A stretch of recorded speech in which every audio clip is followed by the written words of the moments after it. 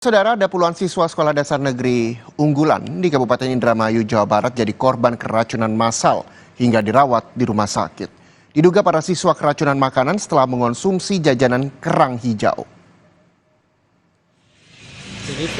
Ada pedagang. Lebih dari 20 siswa sekolah dasar negeri unggulan di Kabupaten Indramayu, Jawa Barat menjadi korban keracunan makanan dan mengalami gejala yang hampir mirip seperti mual dan pusing.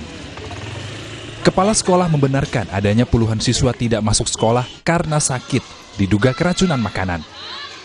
Para siswa tersebut diduga mengonsumsi olahan kerang hijau yang dibeli saat jam istirahat di depan sekolah. Dalam kejadian ini, korban keracunan baru merasakan mual dan pusing di malam hari. Imbasnya, sejumlah siswa harus dirawat di rumah sakit untuk mendapatkan perawatan medis. Berarti ada 15 ya, kemudian anak kelas 1 ada 9.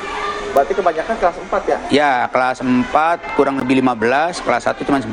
Itu kejadiannya kapan, Pak? Kejadiannya itu katanya menurut informasi dari anak-anak, katanya kejadiannya pada jam istirahat yang kedua sekitar jam 9, jam 10-an.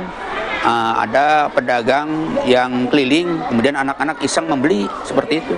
Cross check dengan teman-teman wali kelas, katanya ada beberapa anak yang izin hari ini tidak masuk kelas, dan ternyata setelah dicek katanya anaknya sakit, dan kebetulan setelah ditelusuri ada beberapa anak yang hari ini masuk, kemudian di cross check dengan anak yang tidak masuk. Kenapa? Katanya ada rekan-rekan teman-teman mereka yang sakit itu, antara lain ada yang mengkonsumsi kerang hijau. Hingga kini, Dinas Kesehatan Kabupaten Indramayu, Jawa Barat masih mencari penyebab puluhan siswa sekolah dasar negeri unggulan yang mengalami keracunan tersebut. Fadlianto Sugiono, Kompas TV, Indramayu, Jawa Barat.